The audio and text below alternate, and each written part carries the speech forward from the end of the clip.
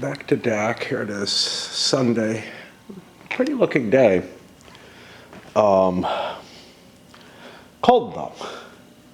It dropped below freezing last night. I know that doesn't sound cold to most people probably watching this, but around here it is, and my house doesn't heat up.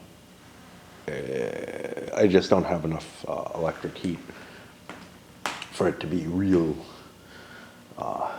warm, for it to be comfortable when it's that cold out, without kicking the wood stove on, and I don't want to do that for various reasons. This was a painful weekend for me. Because the weather was chilling, on Friday I wore, I had to wear a warm coat. And normally when that's the case, I either wear my military coat, which has a nice little lining in it, or just a brown bomber jacket thing that's fairly warm. But the warmest of my coats was, unfortunately, this really, really nice overcoat. And, I wear it maybe once a year, twice a year at most. It's almost in pristine shape. My dad had found it used, but essentially unused. And I think it was like Brooks Brothers or something like that. And yeah, really, really high quality. And it walked away while I was at the bar. So, I don't know under what circumstances, whatever, but it disappeared from my chair, and not something I really expected. So a couple of problems with that. One, I'm out a very nice coat that, doesn't have a huge impact on my life, but it's another one of them little cuts that, like, as these things go away, life becomes less and less worth it. So a great deal of sadness in each one of them. And this one hits. My watch hit. Getting that damaged, I could probably try to get it repaired, but fuck that, Again, it's not enough impact on my life. But on top of that, I had to walk home. It takes me about an hour and a half when drunk to get home, and it was fucking cold. And, that was my main source of warmth, and I just didn't imagine it. Anyway, about to start, let's see, I guess the month of October. I've got the reinforcements set up on the thing. None come in this turn. And we've got some special rules for October, I think. One of them is the Italians have to capture City Barani. They've got it. I don't know. Oh, this is the Axis. Yeah. I think that's about it in terms of special rules. We have some units that are being released and have to, move to different places, whatever.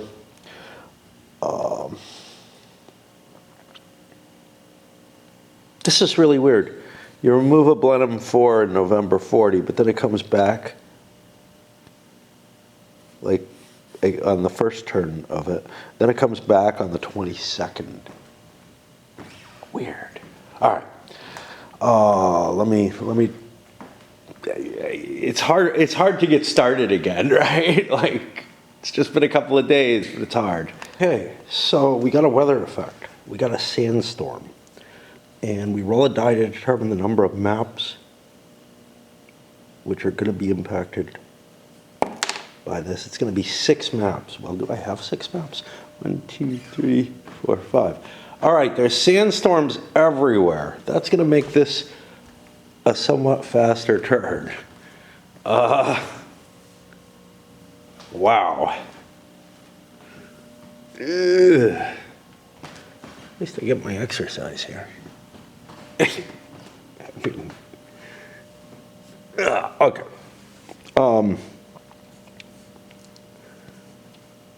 No flight on, into, or out of a map with a sandstorm.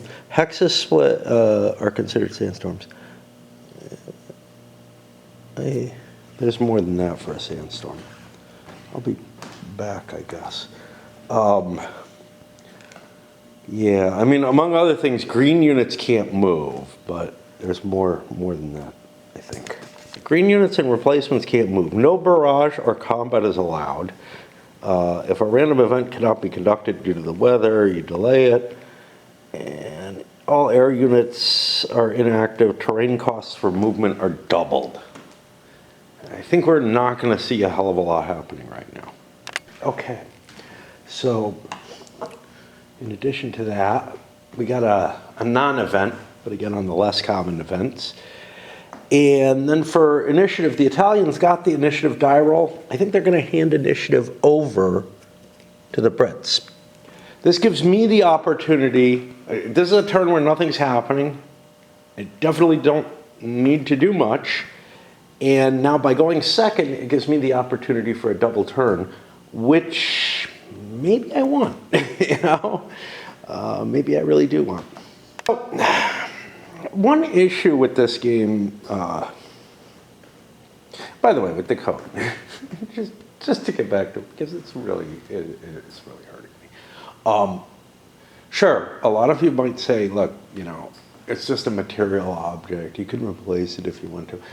Yeah, theoretically, perhaps, but there is just no way in hell I'm going to pay that much money for a coat. Like, the only reason I had this thing was that my father goes to more tag sales and used sales and whatnot than I do. And these are like once in a lifetime finds for him, you know. This one, he had never found any coat like this in this kind of quality. I don't know how much he paid. He probably paid more than I would have paid if I ran into it.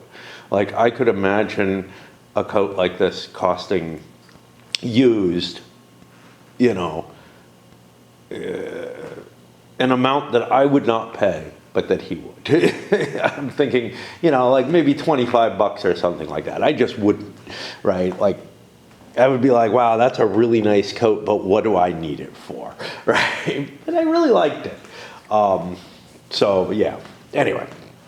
One problem with this game, and honestly, I'm going to say with all of the gamers stuff where you can't look under the counters, and SCS has the same kind of rules.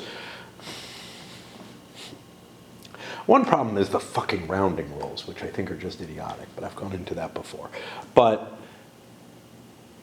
the hexes are small enough. They're normal-sized hexes, but sometimes you need to move a stack or stacks of both players in places like this to see what the terrain is like. Now, if you're touching the other player's pieces, there's a fair chance that you're going to knock things over, expose something that you shouldn't see.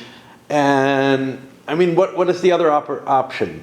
Can you move your pieces out of the way so I can see what the terrain is to avoid that risk? But then there's a risk that they will expose it, right? They're not going to be any more careful than you are necessarily, but at least the blame's not on you. If the blame's on you, they're able to go look at a piece anywhere on the map or something like that. But yeah, it's just, you know, not a convenient role in terms of what, you know, the components actually provide you. And I'm not suggesting any real difference here. I'm just like, wow, that's kind of obnoxious. I'm still, even though I withdrew units last turn, I'm still toying with the idea of this attack on Mersa Matruh. A more experienced gamer than I says that, has told me that, you know, the attrition that they can they can cause through this is actually pretty powerful. But I think with the loss of that airplane, and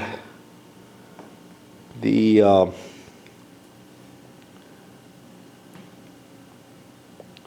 difficulties of setting up supply, the fact that the bombardments that are happening from here. Now I have a shit ton of artillery though, right? Like, at least it seems like a shit ton to me. I'm looking at, 38 here.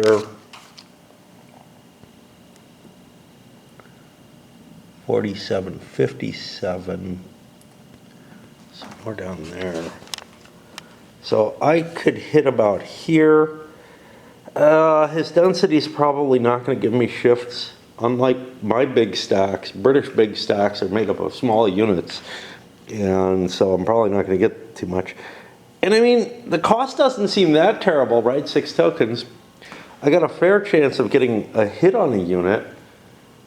And if I disorder the unit, I kind of force him to expend artillery as well. It's fucking tempting. But I could only really nuke one space with that big artillery fire. Otherwise, I'd be spending probably the same amount of ammo out in order to get a bunch of little shots, which doesn't seem, sure, I might get lucky, but all that means is that the Brits have to nuke more of my hexes to disorder them each time. Yeah. I just don't feel like I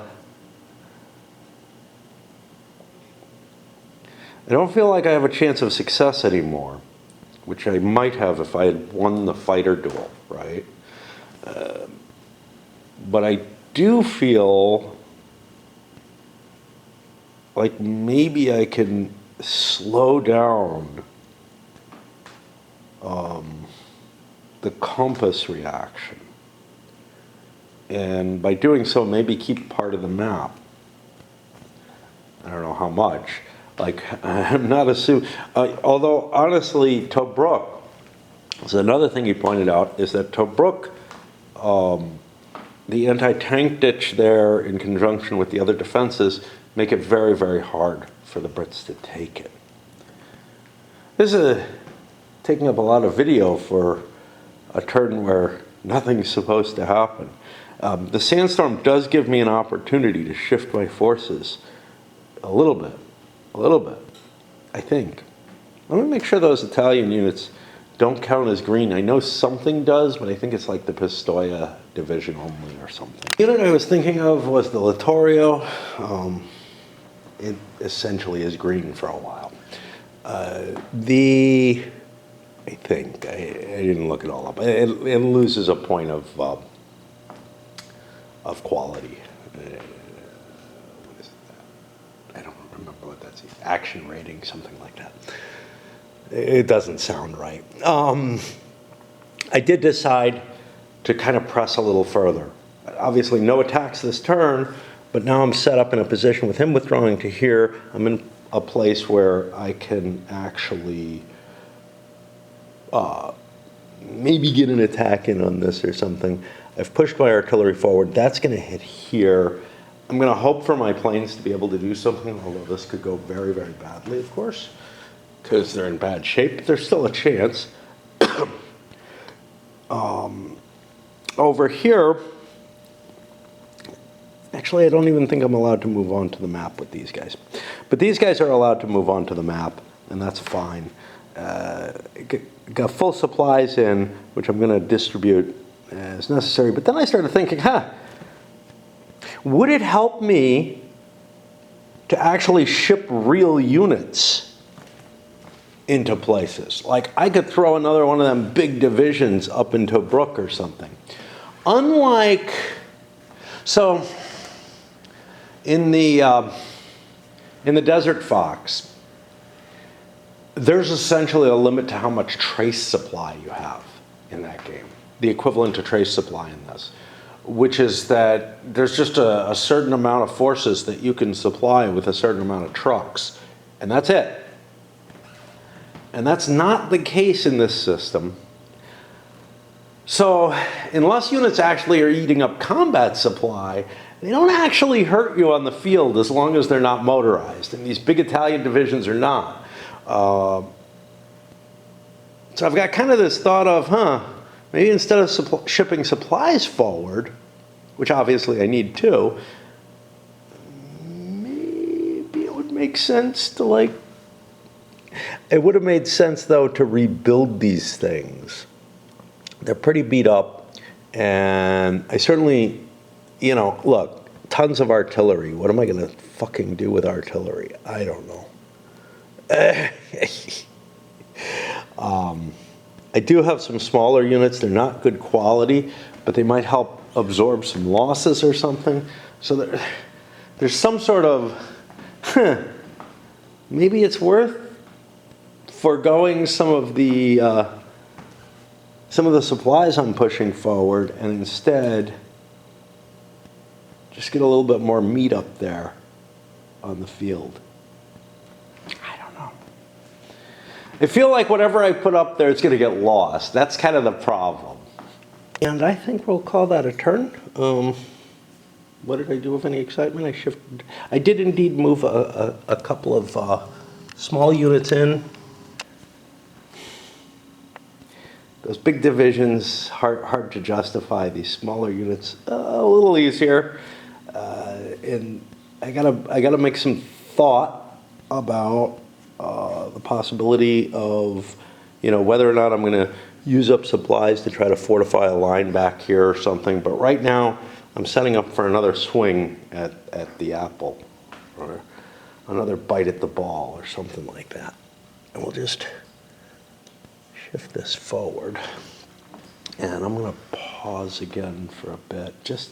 It's hard for me to do multiple turns in a row. Like when I hit a stopping point, I'm like, oh, I get to rest. I don't have anything I really want to do right now. Obviously, there's tons of stuff I could be doing, around the house and whatnot, but I'll probably just sit in front of my computer and watch some news or something. Second turn of this October month, and weather cleared up. I'm not going to show you moving all the little markers this time. And again, another random event went into the less common, got eaten. Honestly, most of the random events are based on stuff that isn't possible to happen at this point in the game. We'll see. I expect we're going to see a lot more random events after the Germans enter and whatnot. I don't know how much they're going to affect things, but it does feel like, maybe there should be some for this portion of the campaign, and that, I don't know. It feels like the world is much more predetermined right now in terms of what's going to happen. Italians won the initiative roll again. They're going to keep the positioning the same. The reason being, if we get away with our attacks, we'll get that double turn situation, and it's possible that the British planes will be down. Well, we get an opportunity for the double turn situation. It might be possible that we actually cleared the British fighters. Highly unlikely, but it may be possible, and thus able to put bombers out more safely 2 turns in a row, which might give us the edge. Maybe, it's really a luck-dependent thing in a lot of ways in terms of that. And I don't think it's that huge a deal, because again, the Brits have a fair amount of artillery up there. They can knock out 1, maybe 2 stacks just with the artillery that they have present. They don't really need their bombers to change the nature of the fight. They're back here at Alexandria, or near Alexandria. Okay. The Commonwealth is getting a coastal artillery unit. This is something that has no movement capability of its own. I thought there was a rule about shipping about bringing these in where they could be brought in at other ports. But I'm not able to find it. I found the reinforcements entry, Indian Isle Delta port. It would be possible to ship it, I guess, using coastal shipping to another port, if I so desire, which I probably want to at this point. But I've been looking like under the units rules. I've been looking under, maybe it's under Allied specific rules.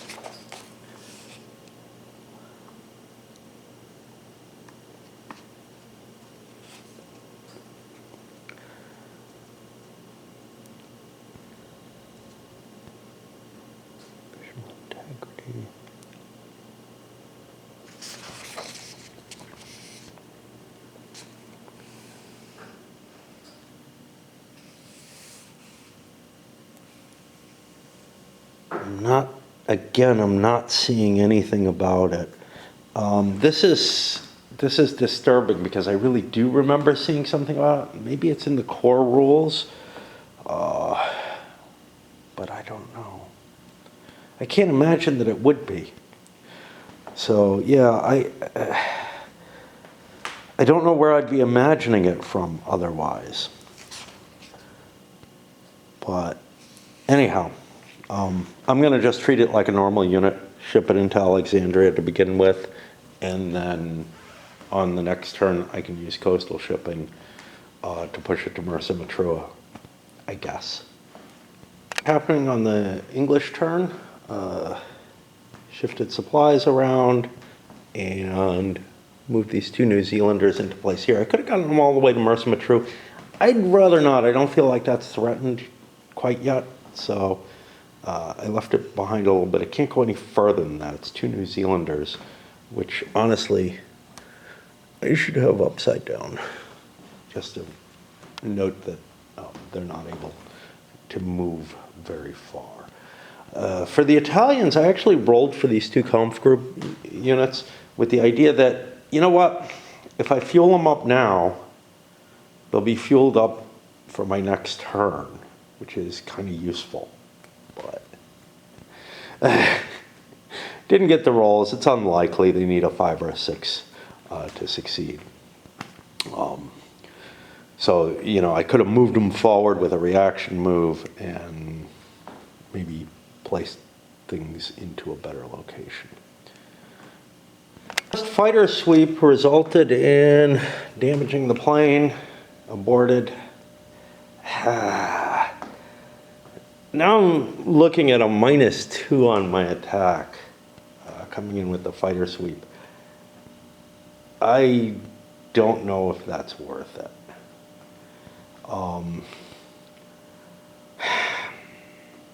I'm in a lot of trouble here. I don't think I'm getting more planes or equipment or anything in the near future. Let's see.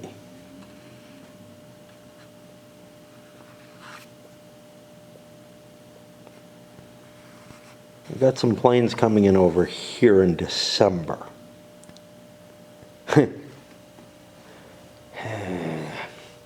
Like you know, part of me says, look, I'm going to probably have to rely on those fighters no matter what. Although they're not in range to intercept. 1, 2, 3. And I've got no air bases up here, I think, which means very little. It means that if the British decide on their turn to bomb me, and why would they do this? Well, if the British decide at any point to bomb me, I'm screwed. I'm subject to it. Do I get any defensive bonus, you know, after I fall back by having these here? Probably not. Probably the Brits are just going to sweep me anyway. do I want to take the chance now when there's a chance? Yeah, I think so, even though the odds are like diminishing rapidly. Like I'm too deep in the reporting. Oh, hi. Oh, we got a whole little family coming up. Boom. Hop, hop. Run, run, run, run, run. Yeah, she sees me. Hi.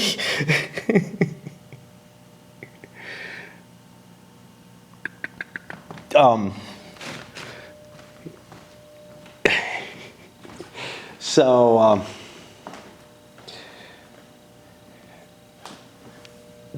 the second plane was killed. I've got it in the dead box, even though I'm not going to rebuild it ever. And these are actually, the countermix is too small for these type of planes, but that's okay. At least I doubt I'm going to rebuild it. It's a pretty crappy plane, and I would rather rebuild good stuff, right?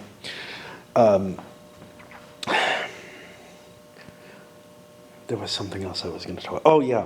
So it's kind of interesting during the reaction phase, the Brits have no indication of where and how the Italians might attack, except by, hey, they're stacked up to hit here, here, and here. Now, the movement to here is somewhat concerning, so I might want to bomb that. But unlike before, where, you know, the Italians exposed their disordered markers because they used air power, in this case, I am not exposing anything that I'm, you know, preparing to attack or whatever. So the Brits have to decide, do they just want to expend some ammo to try to forestall a possible attack? And it's an interesting question because, look, you know, I'd kind of like to keep my ammo.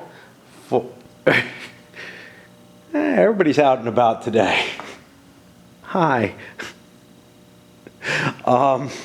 It's kind of an interesting question because, you know, I'd like to save my ammo. It's unlikely that the Italians are going to get an advance here, but they might get lucky. And they've got their artillery up front, so at this point they can actually fuck with me. And that, bye. That means that I'm, you know, in this kind of, do I need to just expend ammo to prevent that attack from happening, or, and maybe kill some things, especially if I hit these more dense stacks that I know are more dense, and depending on how much I'm watching the Italian movement, I might have a pretty damn good idea of what's in there. Like that's one of the things. Intelligence in this game isn't really, it's sort of like, I bring it to mind about the idea of games where like physical dexterity is a part of the game or something.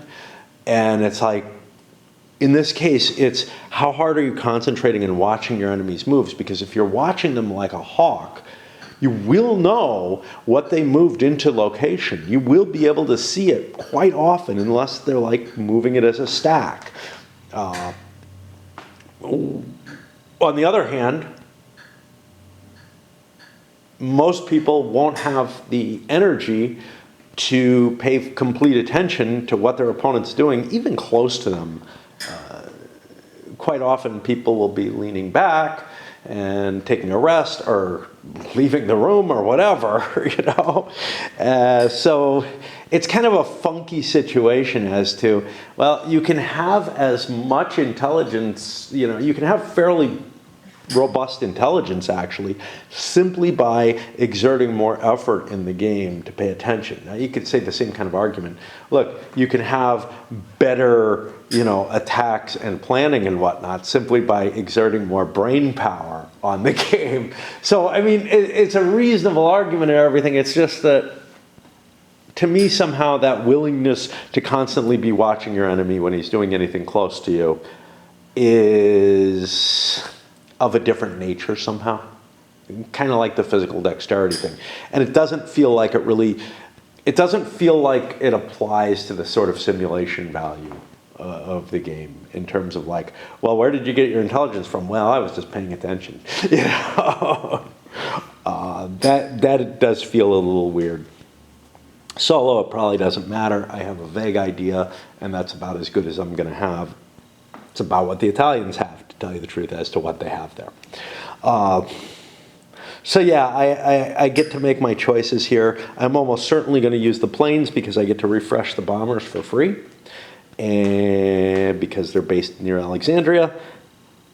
And then the question is, what about, do I want to do barrages with the artillery? The Brits were successful.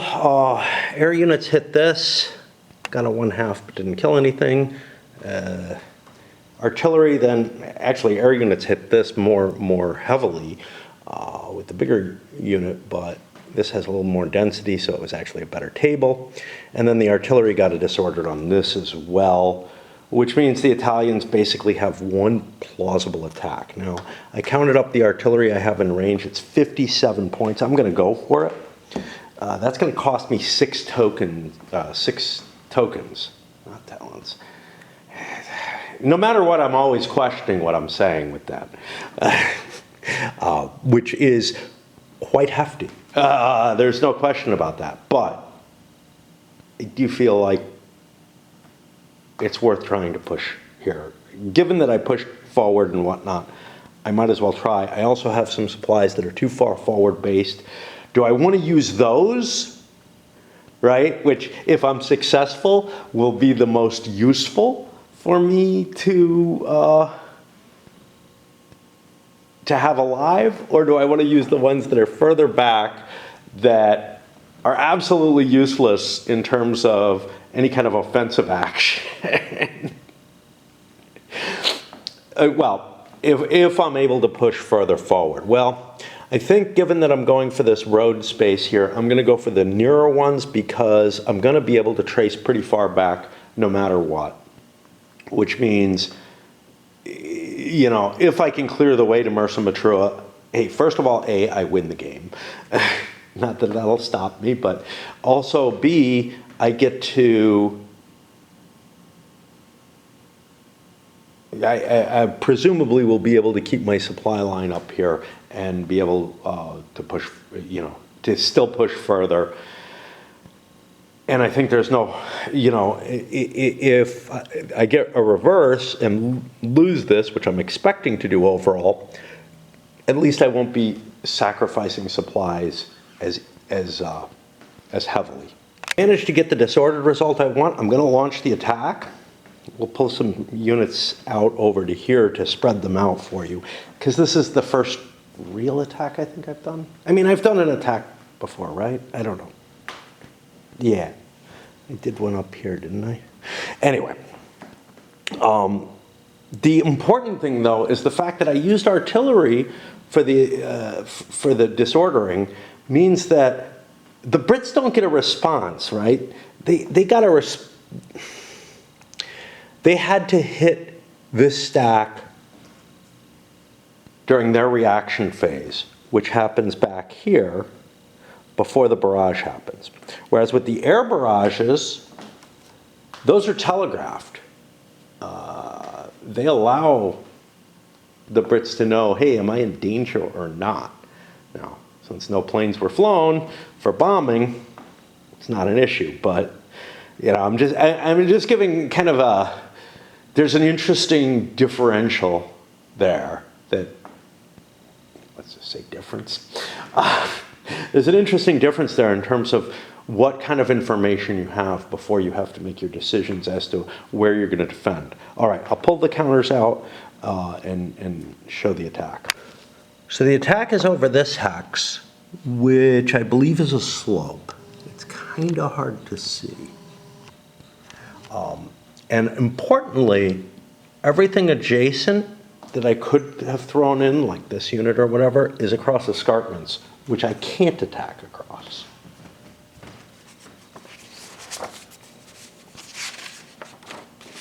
Which way does the slope go?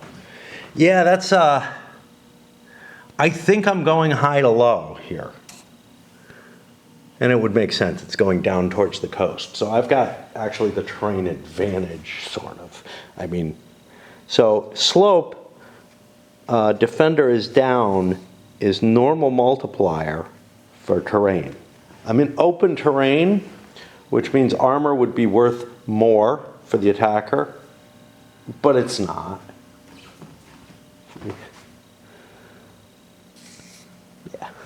It's not because there is no armor here.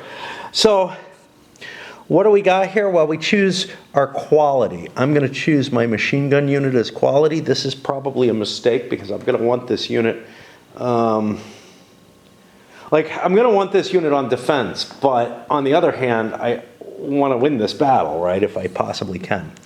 For the Brits, I can afford to put this in, or this. I'll put the quality 5 unit in play. Might as well have the best that I can possibly get, which means we're at a -2 on surprise check. Is that here? Yeah. I was wondering if there was a chart for it, because this is a regular attack, though. Shouldn't I have a fair chance of the defender getting surprised? Overrun would be worse. Yep, defender's going to have surprise. Let's add up the points. Oh, we had to pay. We had to pay our supplies. So the Brits are going to have to pay 2 tokens. And I'm going to take that from back here. I think I'm able to, range-wise. Just because I think we're going to be moving forward very shortly. Wow. Anyway, well, let's just leave that alone. For the Italians, they're going to have to pay, what, 3, 4, 5, 6 tokens in supply. Ouch. Now let's count up the strength points. The defender has 5, 6, 7, 8, 9 strength points, halved for being disordered, 4.5. The attacker has 14, 15, 16, 17, 18, 19. This game unfortunately requires a calculator in general, and I don't have one with me right now. But here's what I'm going to say. 19 to 4.5. 4.5 times 5. Yeah, I'm gonna need the calculator. I was gonna try to reason it out. I think it's gonna come out at 5 to 1. Is that an issue? Yeah. So the difference between 4 and 5 to 1 is an issue. So 4 times 4.5 would be 16, 17, 18. Here's how we can figure it out. 5 times 4.5 would be 22.5. Which means we're closer to the 18. So it's actually only going to be a 4 to 1. What does the surprise do for us? And I love how random this feels. And then given the kind of, there's a level of smoothness to the combat chart, which means it's nowhere near as random as you think it is. So that's going to be 3 column shifts in the defender's favor. And now there's a -2 to the die roll because of the quality difference, which puts us to a 5. So the attacker is going to lose 1 and has an option for 1. The defender has an option for 1. All right. Well, I got to lose 1. It's got to be this. This is a small unit, so it's just killed. I've got some manpower that I put in City Barani, so I can actually rebuild this if I so desire. And what else? As my option, I am going to take a retreat, because I am not terribly happy with being up there at the front. Do I lose anything for this? No, I don't think so. I think I can still get supplies to here throwing them, which means I'm okay. It could have been important if I lost this hex. That means that the defender's option is canceled out. I didn't use my leader there. Could have, didn't. So I don't have to make a leader loss check, and we'll put them back in. All that's left, there's no exploitation or anything. I mean, I could use this guy in exploitation, but I don't want to. I remove the disordered markers from the Italians. I move forward to another turn. And yeah, you know, it's not easy to break through here. And I'm not getting the kind of attrition that I want out of it at all. So, none too happy with what's happening from the Italian point of view. All right, that means we're on another turn, and I take another break. Coffee's hitting me again, damn it. Okay, on the next turn, the weather. We got sandstorms again, but only on map B, which isn't gonna have a lot of influence on anything. Of course, it does impact these planes here, but otherwise, random event, again, nothing happened. The Brits get the choice of who to go first. Now this is interesting. If I choose to let the Italians go first or force them to go first or whatever, my air units are not recycled. And by giving them the turn flip, I may give them an edge that I don't want to do. So I'm going to pick to go first at this point. So it's like, depending on what the flow of things is, you might be in a position where you feel forced to keep the initiative in what would normally be to your disadvantage. It's just kind of an interesting thought there. All right, more than that, also, this disorder would remain. So, you know, there's a couple of things that I would like to rectify that I don't want to give them that. And in fact, this is why the Italians are going second, is so that they would get those kind of advantages at some point in their turn. Italian turn, I keep the pressure on. I'm pushing up here. My plan was to unleash some artillery on this in order to try to push this front forward right here and maybe collapse this whole thing, you know, force them back, whatever. I don't know. But air power and artillery, and let me get to the artillery in a moment, have combined to drop a couple of disordered markers in sort of the best places where there might be an attack. The final air power hit here and didn't get a result, and also took flak and ended up damaged. So, you know, it feels like there's no cost to air power, but there is. There's that chance of flak, but I feel like I have to disorder the Italian units as much as possible. Now what that means is the Italians get to fire back. Now about the artillery, and I don't know if I'm going to do it or not, to launch an attack into here. I'm probably at a huge disadvantage trying to do so. As to the artillery, I think I was cheating. I'm almost certain I was. There's a British unit with a range of 2 in here. This is somewhat larger range, but I can't use that right now because it's not under the reserve marker.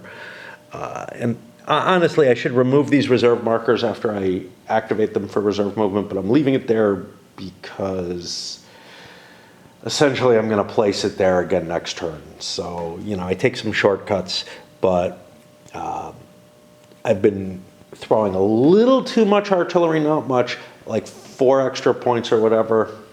Yeah, that's going to actually, this is going to increase the total artillery available. So I've been firing a little bit more than I should, cheating, such is life. It happens.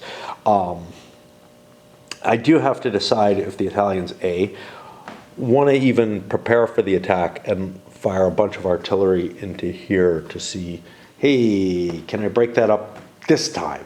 It's the same attack as last time. It was not a good attack. Even with the enemy disordered, it's just not good. And I feel like I probably do not wish to. My hope had been to be able to get the attack here going, and that's not going to happen. So I think I'm probably going to pass on making that same attack that I made last time again. And in fact, I really think I should be pulling back. I keep thinking that, but I also keep not doing it. In a sense, it's kind of powerful because I am draining Commonwealth supply resources by just being in contact. Like, the threat is enough to force them, and they lost a plane as well. By the way, they did a fighter sweep. It didn't have any real effect. It negated that fighter. That fighter's not doing anything. But I felt like it was a worthwhile chance at eliminating all their air cover in terms of fighter support for when I advance forward, which I think would have been useful. Ooh, I forgot to do some stuff with the Italians. I forgot these units back here that I probably want to move. Kind of ripping through it. I got up a little early today. Not, terribly, but, and it's starting to get to, this may be the last turn of the day, but it's starting to get towards raid time. Part of it is tomorrow I've got to go do something for a friend, and as soon as you start putting time pressures on me and stuff, it changes the nature of reality. And it's one of the problems with my life now is that I have very few pressures at all, which you would think, wow, that's great, man. In a way, it's not. It means that time becomes valueless. Anyway, weather is fine. Forgot to do that. And no event.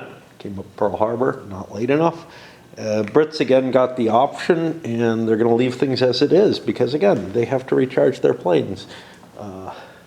So it's like, yeah, once the Italians break contact, things might change. Or, flow of units coming in to Alexandria. 4th Division's artillery is moving up. I could have moved it further, but I want to get it in fuel range. I kind of had to cheat a little bit here. Not much. There's no supplies sitting in Cairo. However, I've got rail cap that I can move the supply points that way. I haven't really been using the rail at all, which is kind of weird. I probably should. What is my rail cap right now? Like I did for a little while, and then I stopped. It's 2 tokens. And even without that, I'm still building up a relatively massive dump here, which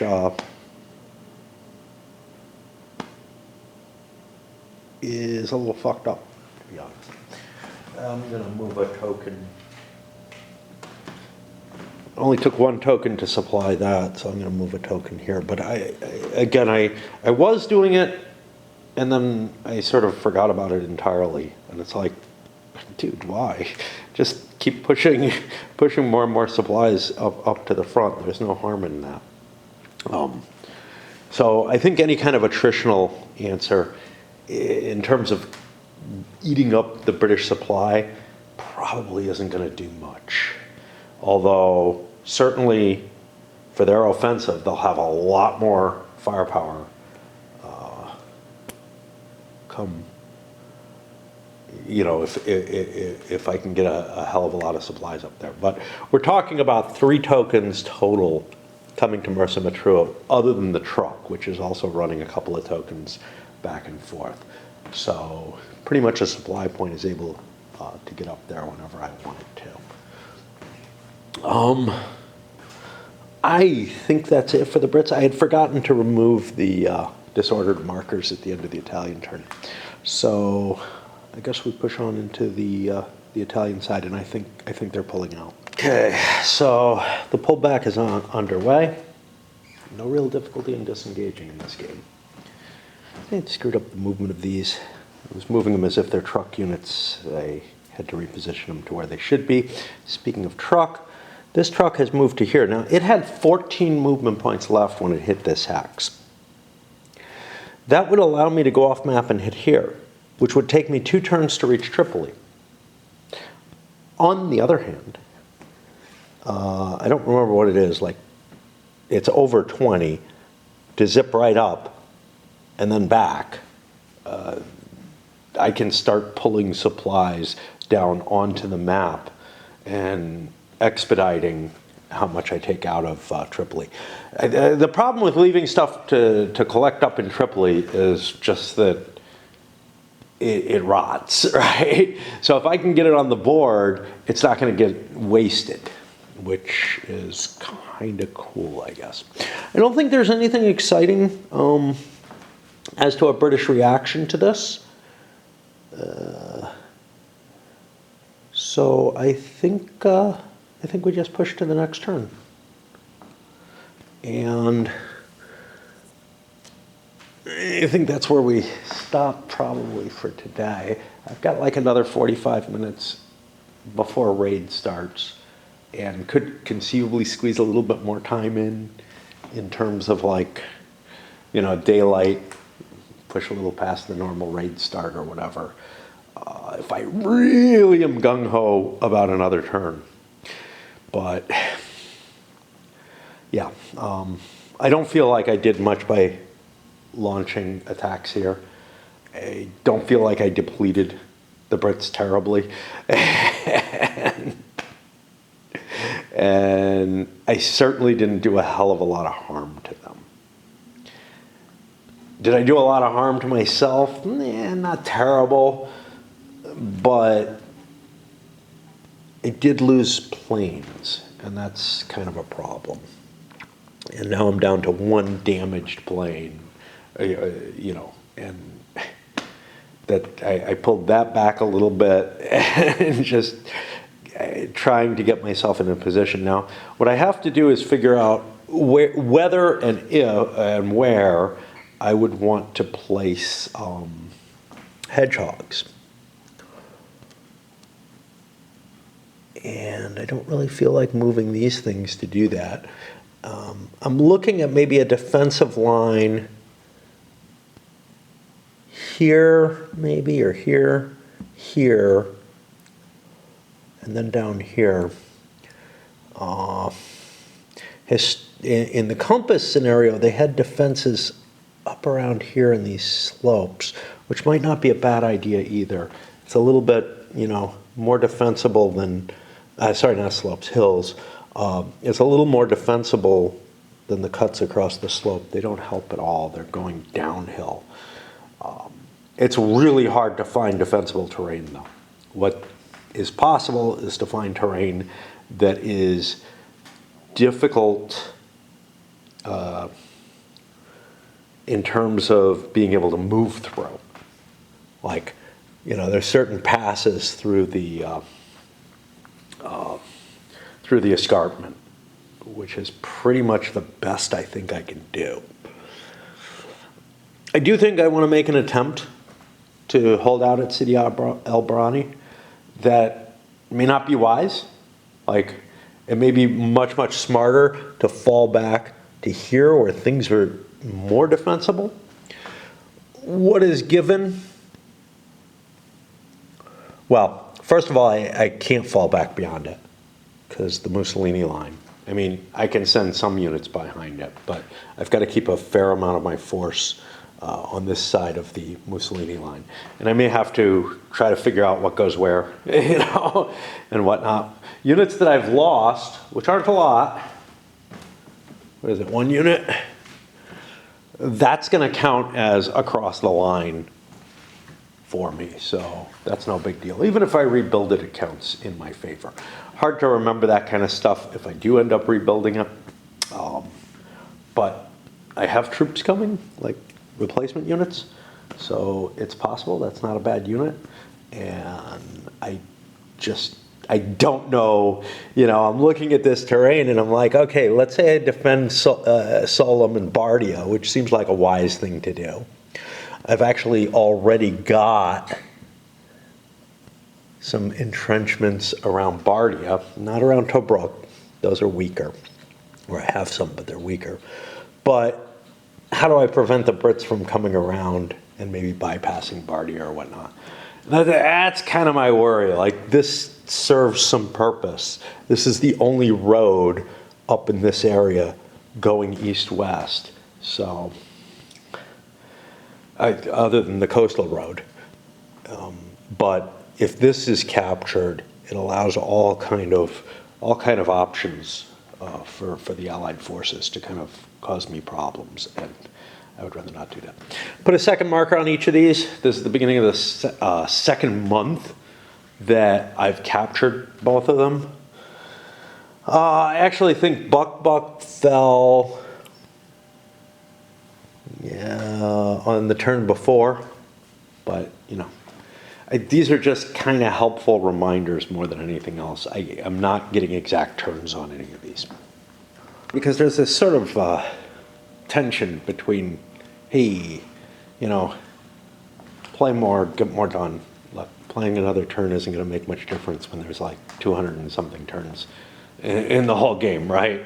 But you got to get through things. It's easy now. I got about 10 minutes before raid. It probably means, I'll start a little late, but it's not going to be a big deal at all. But then there's also just the general laziness of, I don't really want to, start another, do another turn or whatever, just because doing anything is kind of laziness. I'm watching SNL videos, whatever, which I haven't been watching, really more or less since the writer's strike happened. So it's like, they fell off my feed because they were publishing old videos, just republishing shit to try to get views or something, keep their channel relevant. Well, what it means is I don't click on them because I know I've seen them already. And yeah, it just, it ended up dropping them out of my feed entirely, and I ended up catching one, and there be it. But, what the hell? Might as well do another turn. No weather, no events, and the Italians get the option, so they're going to keep going second, because I think there's an advantage to that overall. With them fleeing, I do think I'm going to, not that it means anything, but I'm going to flip this to kind of help remind me that that the Allies are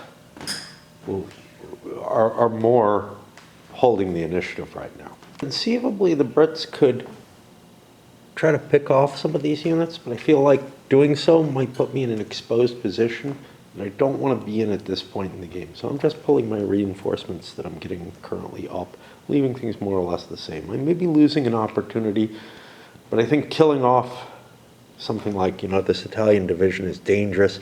This guy's behind a wadi. It's not that big a deal as long, infantry and whatnot could operate beyond that, but it just doesn't feel like it's time to break out and start going forward yet. So the British turn is relatively easy. The Italian turn is not going to be so easy.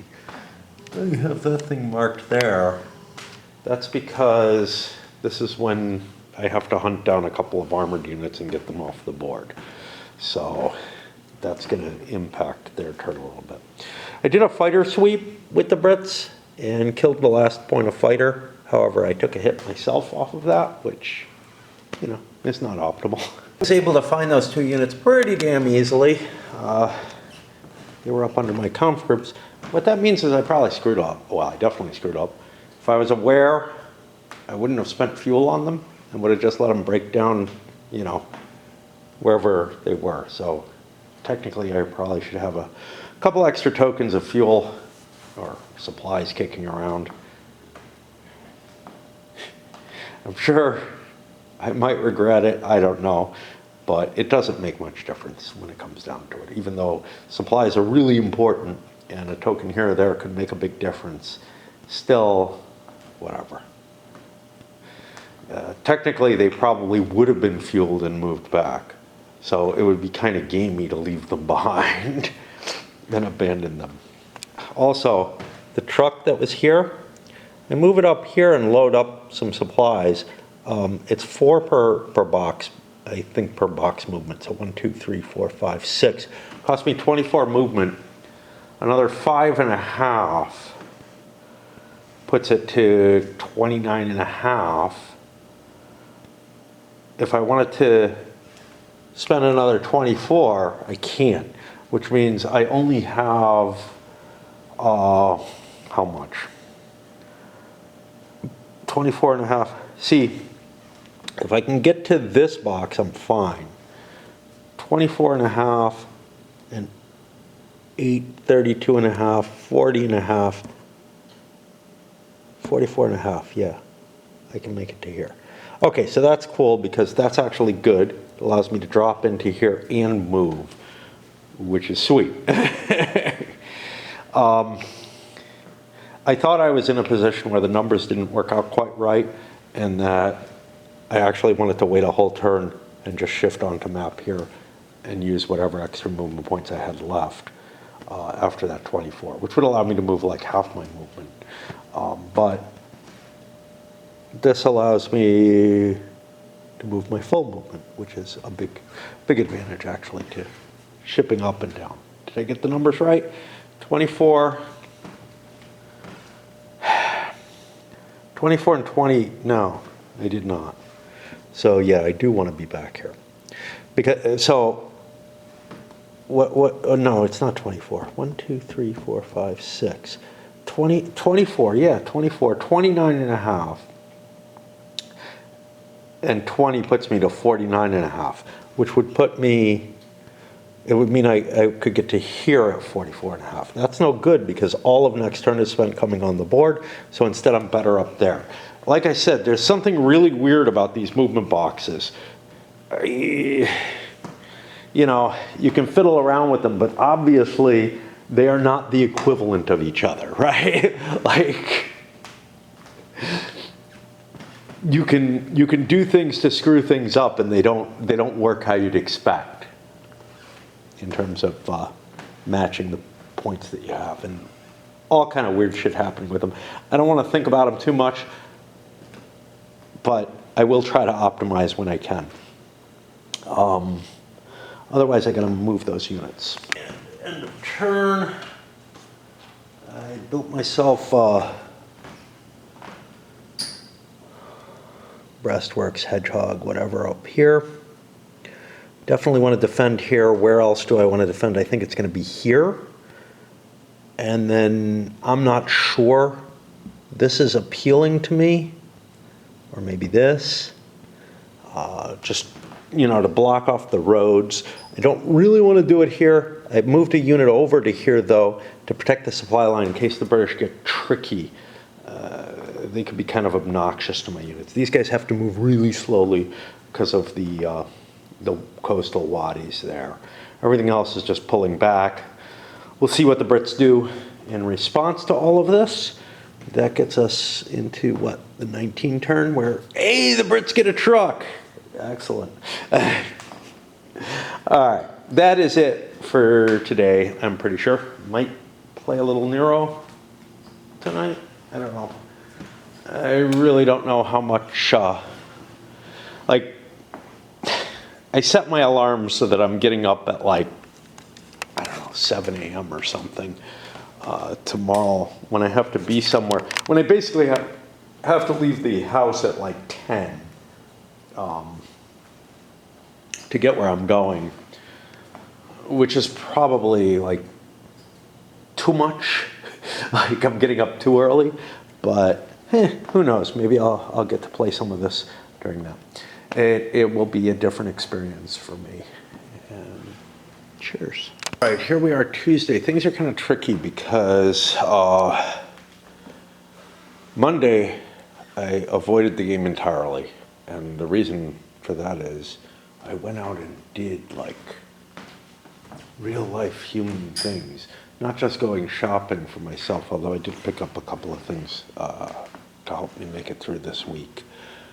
But also, I went for a long walk with someone. Basically, I was helping them out with getting some things in their life together. Can't keep my own together, but you know, whatever. But that basically ate up all my free time until, I don't know, whatever, 4 p.m. this time, which is when my raid starts, and then I played raid until, with a couple of little naps, about 4 a.m. Game honestly fucking takes 12 hours a day. And I don't know what to do about that, except I really should fucking stop playing it. But there's a nice event coming up that I want to be in, and I don't want to miss out. And also, I mean, during much of that time, I'm just basically watching videos during it. You know, it was nighttime. Would I really? Yeah, I could have gone down and played Nero. Today, there's a good chance that they actually found my code at the bar, and I may just head down there. It's unfortunate because today is the only day where it's dry and pretty enough that I could go real shopping this week. But again, I grabbed myself a couple loaves of bread. That will help me last a little bit longer, and I can always run locally. But I don't find out about my coat until at the earliest 2, which means I have some time to play. So I'll do that. It like kind of sucks because I've got like a couple of videos I kind of want to watch about Raid that I realized, oh, I came over here because of not, you know, but I really feel like I need to get at least a turn in most days, you know. It'll take me more than half a year that way. But so I rolled weather events, nothing. Italians got initiative. They're going to leave first player as the Brits, and we're going to fall back a little bit. Even with not a whole hell of a lot going on, there's still a lot of mechanical stuff happening in the game, right? I mean, I'm just withdrawing these units. That takes a couple of moments. I build another breastwork. I believe I built one here. I'm positioning my artillery to support these guys, whatever. Shift down here, and I'm like, I'll set up some defenses. Yeah. But when I start fiddling with the supplies being shipped and everything, it does end up being a fair-sized little bit of time taken. Not a huge amount, you know. But turns still take like 10, 15 minutes to complete, even though there's kind of nothing going on. Just because it's, you know, it's a big game and the mechanisms are somewhat complicated. So that's the end of the Axis turn. I just wanted to give a picture of kind of how the front looks right now as they slowly continue to withdraw. I'm gonna make myself some food. That's something I can't play during. I'll get to the British side of the turn. But yeah, I guess. Okay, so after I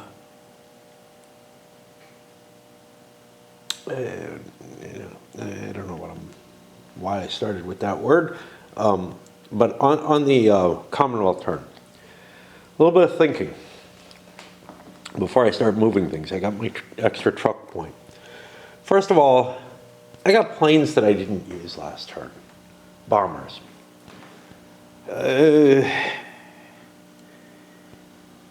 Using them doesn't cost me much except possible flak attack effects.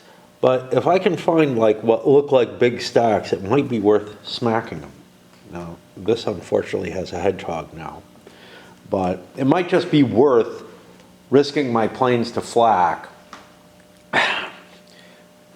it's such a hard call, right? Like, I have so few planes, and I'm going to need them for the offensive. But then when I think about the offensive as well, I've got a fair amount of supplies collected up at Mersa Matrua, somehow or another.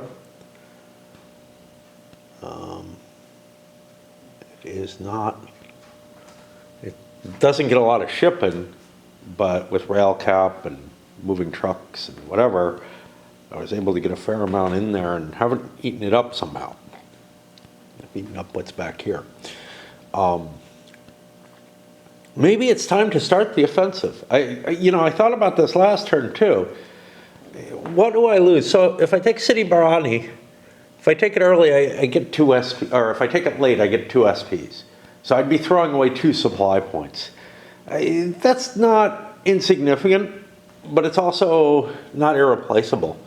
I might be able to take it for less supply if I go early, and it'll get me on the rush.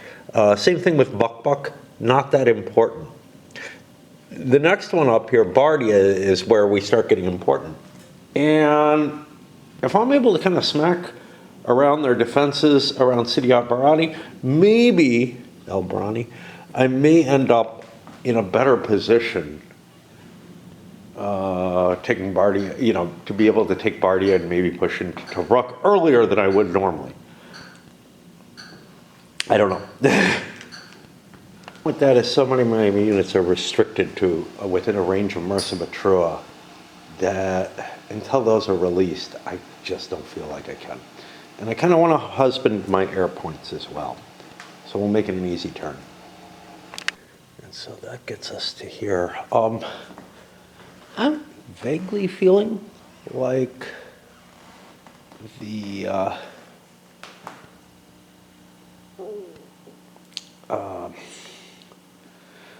supply rolls in this, while they're similar to the general supply rolls, I'm having to ship supplies. See, I'm not really talking about for trace supplies. I just feel like I'm spending more effort shifting supplies in this game than I did in the other couple of OCS games I played. Now, look, this is the bigger one by far. Burma was 2 maps.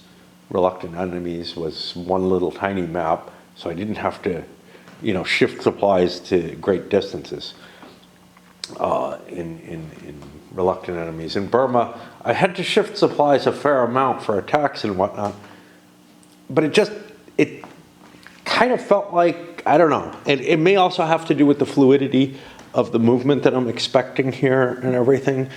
But I think the biggest thing is just, oh look, all my supplies are over here in Alexandria or in Tripoli, and I'm having to constantly jiggle them back and forth, as opposed to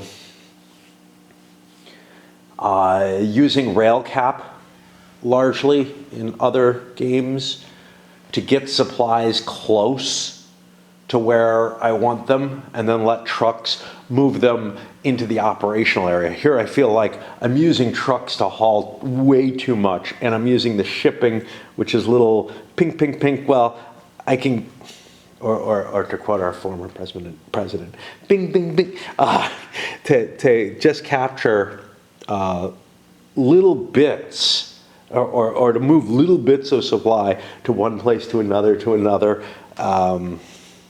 It does definitely feel like I've got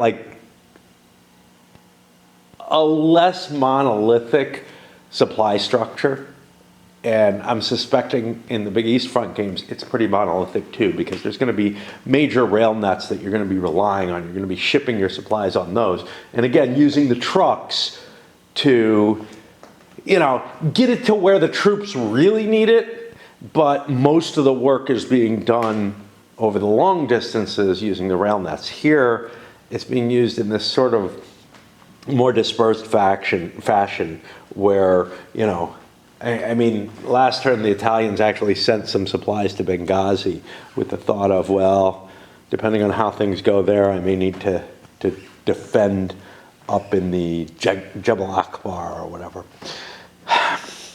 I'm really kind of stressing and almost think that I'm gonna run out and take the hour and a half each way or whatever to figure out if to find out if my coat is actually at the bar. I don't want to go on Friday. This is the only pretty day I'm going to be facing. I kind of already committed to it in terms of, yeah, I'm not going shopping. Well, whatever. Of course, the stress of making a decision of going down, like I could go down now. I don't know for sure. I might know for sure later today. And I decided, you know what? Fuck it. I had a nice walk yesterday. I'll have another nice walk. I'll go. I took off my, my around the house stuff, was ready to get changed. And then I gave up. And some of it, more of it has to do, like, some of it obviously has to do with, the time and whatnot. 3 hours to get my coat, pain in the ass, right?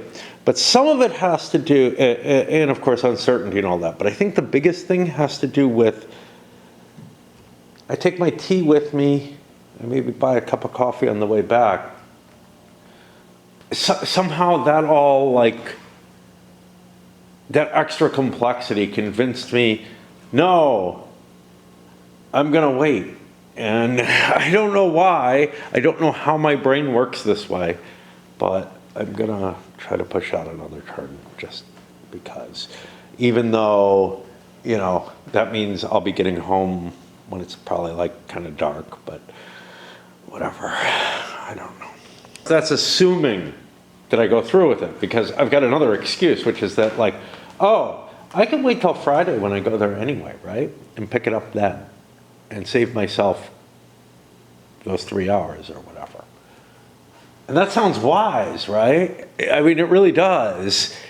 Except that's got its own complexity to it, which is that the coat kind of disappeared for a reason. Not only is it very nice, but the way I have to sit it on my chair is such that it's likely to fall off or whatever, as opposed to with my shittier coats or my shorter coats, I can just fling them around the back of the chair without any worry. This I have to kind of place across the chair in a way that if somebody bumps the chair or something, it falls off. And that's probably what happened. I thought somebody walked off with it because I assumed I asked the staff, which I apparently probably didn't. I remember my moments of panic looking for my coat, and I just can't believe I didn't say anything. Wow. Of course, and I mean, this is just how my fucking brain works. Of course, also added to the complexity is it's probably going to be raining on Friday. It's nice now. I could get down there now without a coat and wear the coat back. I can't get down there, like getting down there on Friday, I can go without a coat, but it'll probably not be dressed properly for the rain, and then I'll also have to cope with the same issues, of worry and everything that were involved in me wearing the coat to there, which were present before. There's a reason I only wear it like once every year or every couple of years.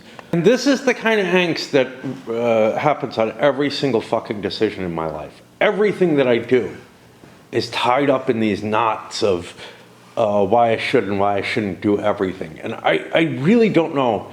But yeah, mark it up to executive dysfunction. Okay. No weather, no events. Brits got the initiative role. They're going to force the Italians to go first. I really feel like there's a huge advantage to that potential of the double turn mechanism. It's funny, I think I did that anyway last turn, but I didn't flip this, and I actually was trying to force the Brits to go first. Oh well. And the Italians continue to build hedgehogs. One here now. Where else? I don't feel really comfortable about this one here, but it is at an important road location. Yes, the Brits can bypass it, but I feel like I need this road location to be hogged. And I don't particularly want to be down here, which would make a lot more sense in terms of continuity of line, so I've pushed that over here. I feel like this guy back here kind of gives me supplies. If things get screwy, we'll see. It's not the defense that shows up in the compass scenario at all, which means it's probably shittier. And remember, every hog that I build takes away from these, so now I'm down to 20. I had 25 available. And also shifting supply, trying to get it into Tobruk as much as possible, eating up the stuff up here in order to build those hogs. Now, for the Brits, I got problems. 6th Australian just activated. I mean, I don't really. I can walk slowly.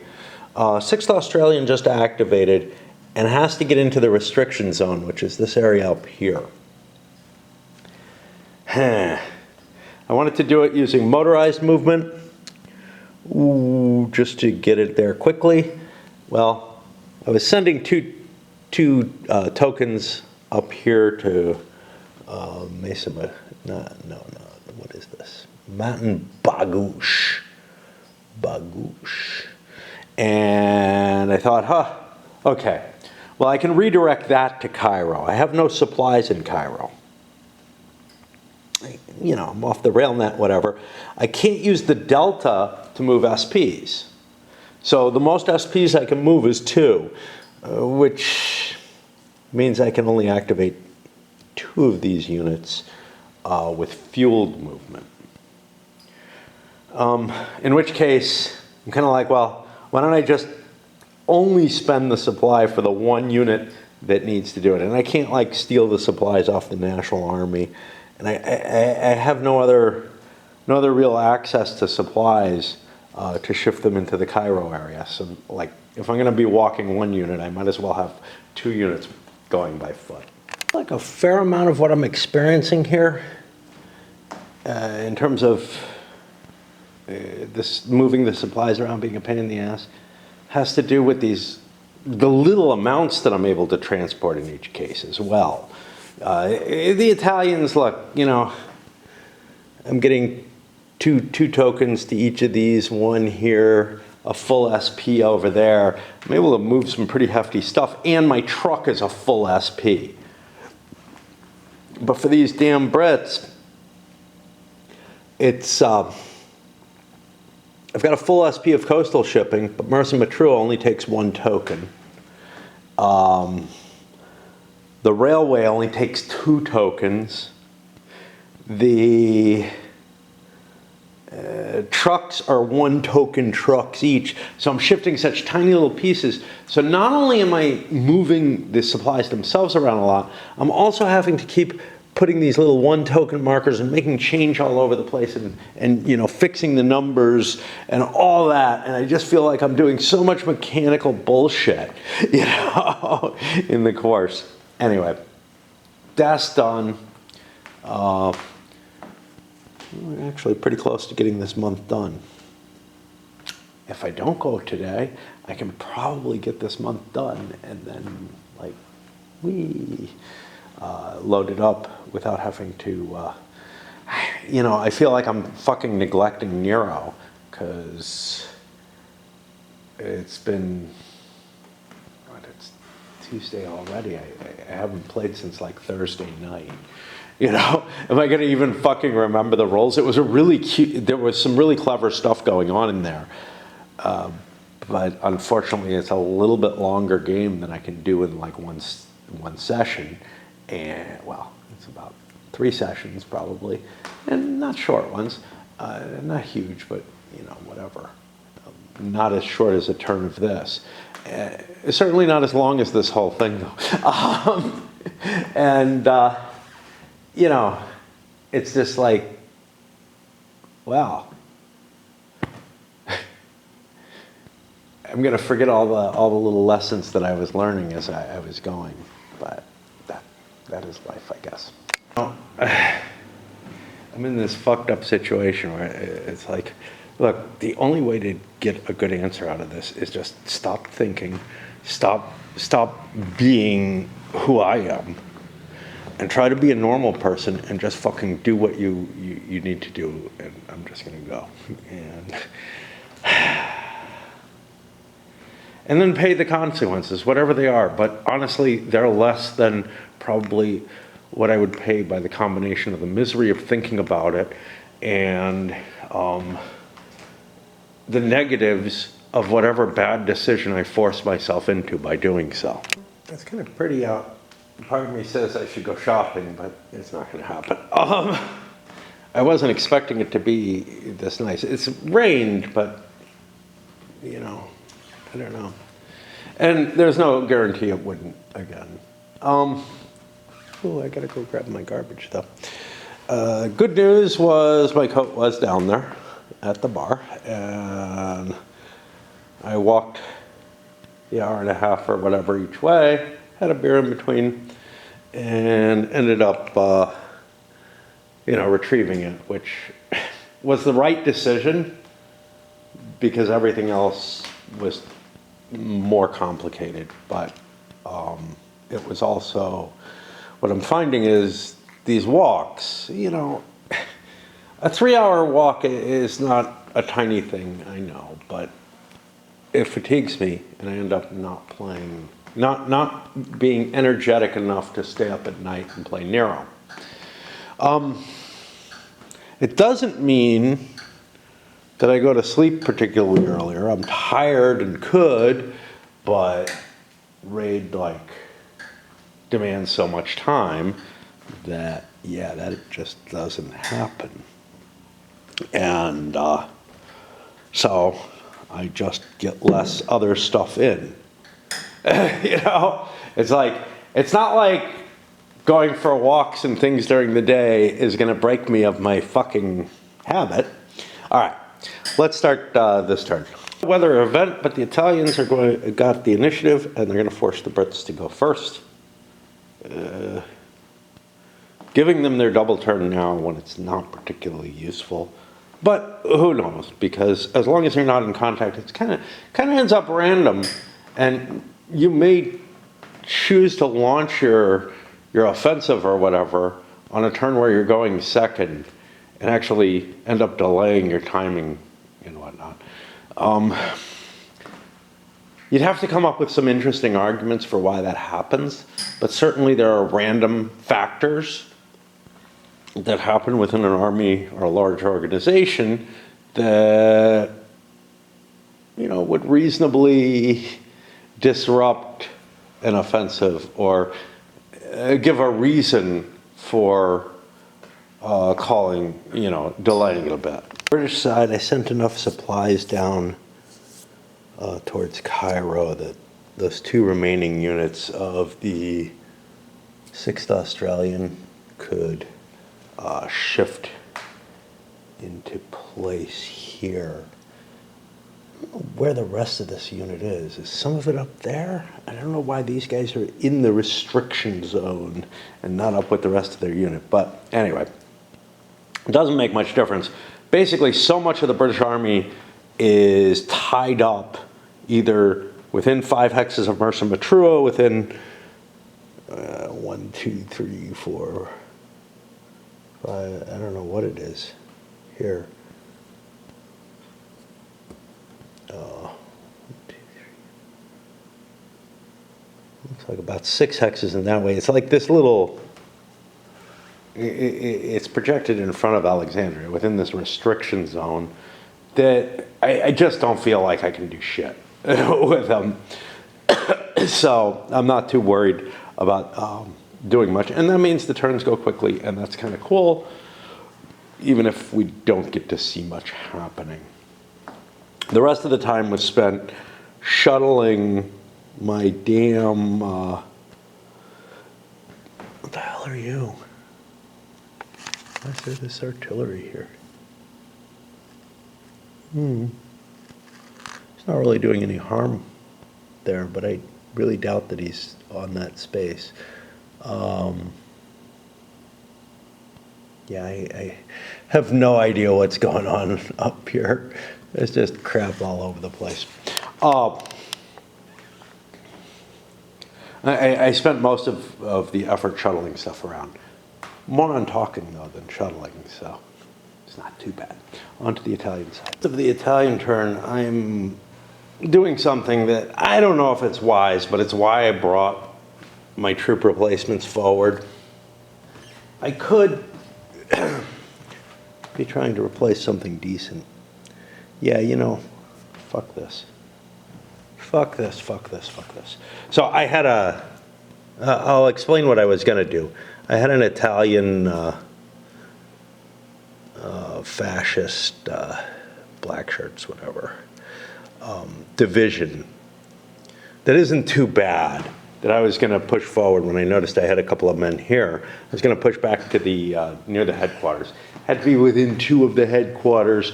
Would have taken me both men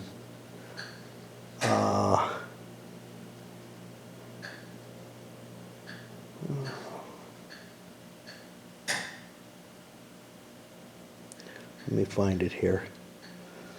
It's going to be in the infantry type units. It's going to say infantry or gaff reg or divisional step. Two packs. 2 piece? What? But instead, I actually have something I'd really like to rebuild, which is this machine gun unit. I don't have any equipment, so I can't rebuild the tanks. But I believe I can rebuild a machine gun battalion for only 1 PAX. But let's take a look at what the impacts are here. To rebuild a unit, the replacements must be in the hex within the headquarters must be in combat mode or else be in disordered and oriented towards combat. The hex may not be. Remove the required replacement and put the rebuilt unit in there. It doesn't cost me any kind of supplies or anything. I thought it did. Maybe because of this throwaway line up here or something. And yeah, so I will expend 1 of these. It's just gone. This couldn't be used for the Germans. It can only be used for the Italians. And give myself this machine gun battalion there. Now, when is this done? Good question.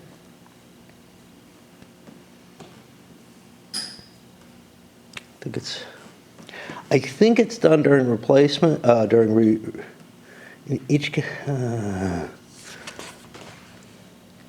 fucking hard to figure out when you're supposed to do it. Like, I feel like it's done during the reinforcement phase, but I don't know if it impacts movement or whatnot. And there's a lot of words to read to find where that is. I would expect it to be here, but it's kind of not. Replacing losses.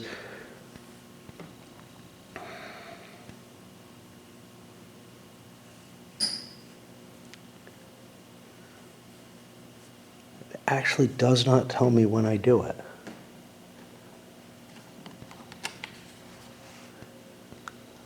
That I see, which to me means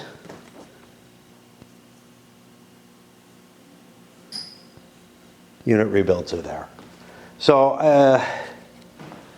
since these aren't reinforcements being shipped onto the board, I think they're capable of moving on this turn as well. Kind of so hooked, I went to try to watch a video and I watched like 5 minutes and had to come back and play the next turn, in which the no weather, no events, but the Brits won the initiative, so they're going to force the Italians to go first this time.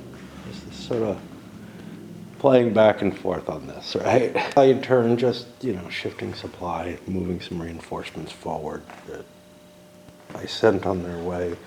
I'm beginning to wonder, should I send some of these good or decent Italian divisions up?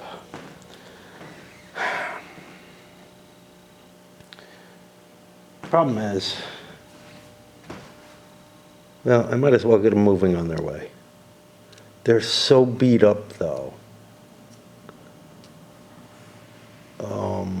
But they don't have truck, so I'm gonna get these going forward because they will help me. If they can get to Tobruk in time, they can't. They would actually help me defend it. I should have sent them earlier, probably. I don't want to send these others. They're just meat. And I don't see any reason. Now, some of you might argue, look, you know, if you've got stuff, you might as well send it forward. Unfortunately, my thinking in this is being tainted by Desert Fox, where I really do have to worry about how many units I can supply on the board at once. And in this game, that's not the case. As long as I've got you, you know, for the Italians right now, on that primary road, yeah, I might as well just send it all. Not the armored stuff, but the rest of it, sure. What's the worst that happens? It dies. Terrible. I mean, it's not like it's doing anything for me in Libya or in Tripoli. And, okay, before I get to that and my delays in moving those units, the Brits, today, this turn, I have some painful stuff. I have to hunt down a couple of brigades, actually, no, a couple of battalions, and a brigade. No, a brigade comes in, but I have to hunt down a couple of battalions and replace them with others. Now, I don't know if I have them all in there. It looks like I only have 2 units in the stack there. Looks to me like I'm supposed to do 3. No, I'm replacing 1 battalion. Okay, so that's right. So I've got 1 new unit coming in and 1 battalion replacing another. Units like this are Royal Heavy Artillery, I guess. I did find it. There aren't a hell of a lot of pieces on the board, but just like in Desert Fox, it's a fucking annoying pain to have to replace units. It's an obnoxious mechanism, but overall, it's still better than like not having the counter. So the only real difference in the counter is that the color of the artillery unit has changed. Now it's got some anti-tank capabilities, but you know, I basically had to hunt through almost all my pieces because it wasn't in any of these, and that's where I looked first. It ended up under that stack. I knew some places where it wasn't, you know, like if it was coming in late like this piece, it wouldn't be being replaced right now. It had to be something that had an effect. I trust the game enough, you know, to not replace something 2 turns after it enters at Alexandria when it can't possibly get into combat or whatever. But anyway. All right. And there really just isn't a lot to do on either side right now. Not a lot to do is actually, to me, a feature of doing a theater-wide, really entire coverage at an operational level, like many of the games. Well, see, I don't know how much the East Front ones do. They may concentrate on single operations or mostly on a single operation. But, you know, this one covers multiple years where the actual campaign was sort of pulses, right? You would get to a position and you'd run out of supplies and whatnot. So if you take a look at some of the more traditional, older style games that would cover the whole theater, there was almost never any kind of limitation that prevented you from just continuing to push and push and push. Desert Fox kind of manages to do that with its supply situation. You have to build up your supply net and set it up and everything. But it was possible to basically do a continuous push in that game. Here, there are 2 things. And I'm hoping that the supplies are limited enough that it does force that kind of start and stop campaign type situation at times. But here, one of them is the supply dumps. How big your supplies are and where they are determines whether your campaign can proceed, whether you can keep going with whatever operation you're doing. But the bigger factor right now, because the Brits have tons of supply, is their limitation to being within Mersa Matruh. So they're being scripted into not doing anything. We'll see later on whether we see, first of all, the big flow back and forth across the map multiple times, but also the start and stop nature of the campaign as offensives grind down, but then you can build up for another one. And that I find very, very appealing in certain ways. In a way that, like, again, I'm not sure if the East Front ones have this. They may have, you have a bunch of supplies available and a constant flow coming in, but then when your offensive operation grinds down, that's probably the end of the game. They're shorter games in terms of total game terms, although much more going on in them. All right, anyway. A lot of babbling, not a lot of playing. Guess that's just the way things go here. Move into November, and I got my cover tray here, I gotta be careful. Reduced supplies at Tripoli by a quarter. I had pushed a lot of supplies out, especially at the end, to make sure that wasn't a big amount that I'm losing. I really don't like losing supplies. Really don't. And honestly, I'm wondering how big that supply dump in Tripoli is likely to get. And if you look at this, right now, I think I've been cheating.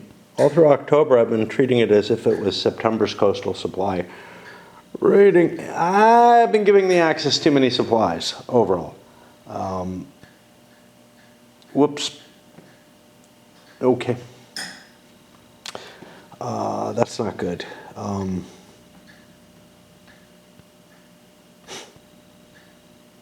Because I've been treating it as September all along. I didn't even think to look. And I see the numbers go down. I'm not really sure I would have built those hedgehogs if that was the case. Part of what I was looking at is, yeah, I'm in good supply shape. I've got enough to hold out, a little bit, and I'm getting a good flow. Okay, well, it's a what if. Because I really don't want to replace the decisions that I've made. I might have fallen back on Bart. Well, I can't fall back on Bardia. I've got to stand there.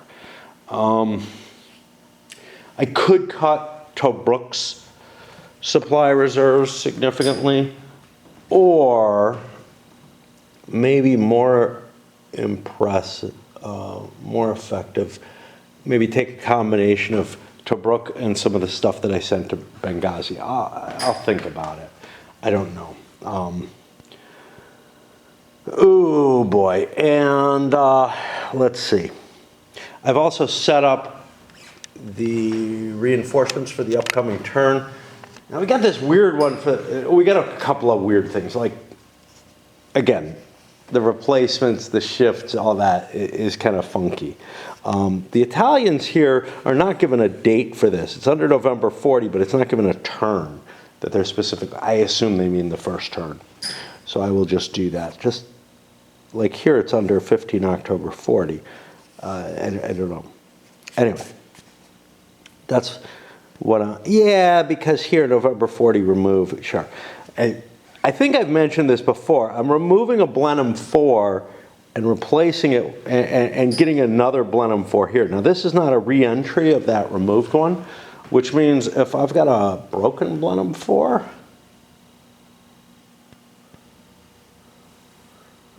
think I do. I've taken damage on a Blenheim 4. I can withdraw that one. That'll go in the Allied remove box. I don't think it's coming back. Again, just like with the Axis planes, if I run out, although I don't think I will in this case, But it almost feels like that Blenheim 4 was withdrawn for some other purpose to do some kind of mission and then comes back. And it's going to come back healed, whatever, just because. But yeah. And I mean, you can see there's not like piles of troops flowing in or anything. All right. I think that's it for the month of October. I really feel like I ought to take at least, so here's the thing. 1, 2, 3, 4, 5, 6, 7, 8, 9. We're talking about, I ate up like 9, I created like 9 additional points of supply.